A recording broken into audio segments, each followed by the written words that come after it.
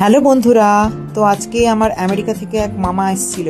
তো তার জন্য আজকে সকালে জলখাবারের সব তোড়জোড়। তো যাই হোক, দেখতেই পাচ্ছি এখানে আলু সেদ্ধ করা আছে।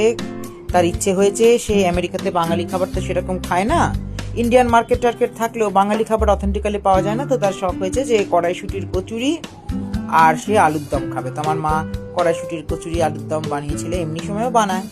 তো যাই হোক, সব প্রস্তুতি হচ্ছে। কড়াইশুটিটা পেস্ট করে মা একটু কষে টষে নিল, আলুর দমটামও তৈরি করা হয়ে গেল। তো এবারে এখানে একদম গরম গরম লুচি ভাজা হচ্ছে তাদের জন্য।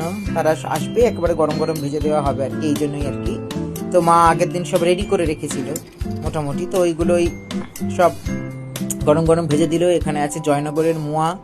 তো গরম গরম ফুলকো লুচি রেডি। এবার সবাই মিলে আলুর দম দিয়ে খাওয়ার পালা। এদিকে বেলাও হয়ে এসছে। তো যাই হোক, একদম গরম গরম খাওয়া হলো। সবকিছু রেডি করা ছিল বলে বেশিক্ষণ সময়ও লাগেনি। তো এই যে আলুর দম লুচি, যাই হোক শীতকালের একদম ব্রেকফাস্ট জমজমাট।